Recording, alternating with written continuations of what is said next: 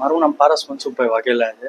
પરેશભાઈ, શું હકીકત છે? તમે અહીંયા પોલીસ સ્ટેશન પહોંચ્યા છો ગાંધીગ્રામ પર? એક પરણિત યુવતી, અમારા ભીલ સમાજની એક દીકરીને જે પરણિત હતી તેને ફોસલાવી, લાલચ આપી અને એક મુસ્લિમ શખ્સે જેનું નામ છે માનસી સિકંદર, ઉંમર વર્ષ 44, જે 22 વર્ષની દીકરીને લાલચ આપી, ફોસલાવી અને આવી રીતે પ્રેમની જાળમાં ફસાવી અને દુરુપયોગ કરવા હાટુ છોકરીને લાલચ આપીને બધી ફસાવેલ છે. અમારી એક જ માંગ છે કે આના વિરુદ્ધ કાયદેસરની કાર્યવાહી કરી ગંભીરમાં ગંભીર ગુનો નોંધો.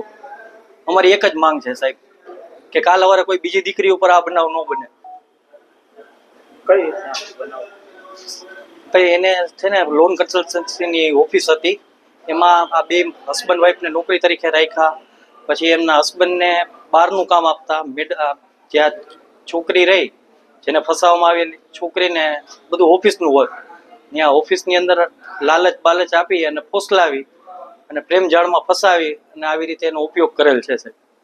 શું માંગ છે સમાજ તરફ? અમારી એક જ માંગ સાહેબ કે આવી કોઈ બીજી દીકરી ઉપર આ બનાવ ન બને. એના માટે અમારી માંગ એ જ છે કે આના ઉપર કાયદેસરની કાર્યવાહી કરી ગુનો નોંધીને અમને ન્યાય આપો સાહેબ.